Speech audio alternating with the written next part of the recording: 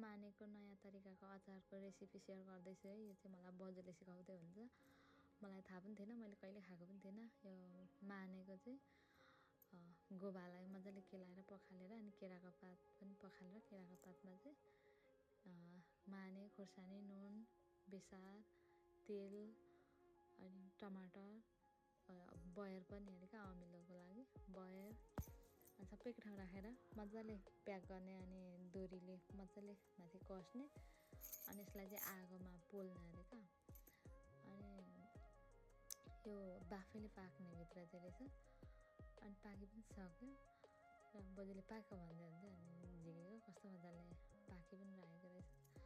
अनि यसलाई चाहिँ अर्को भाँडामा मैले खलाएर यसलाई चाहिँ मजाले मिचेर अनि यसलाई चाहिँ मजाले मिचिसकेपछि चाहिँ रेडी भयो। अनि मैले यो अचार चाहिँ सुरुमै बजूलाई चाख्न दिएँ क्या, कस्तो छ भने मिठो छ भन्दै थियो। अनि मैले पनि चाखेको, एकदम मिठो पनि हुँदो रहेछ क्या, मिठो पनि लाग्यो। हजुरहरूलाई पनि चाख्नु मन लाग्यो चाहिँ बनाएर खानु होला है, ट्राई गर्नु होला। Thank you for watching.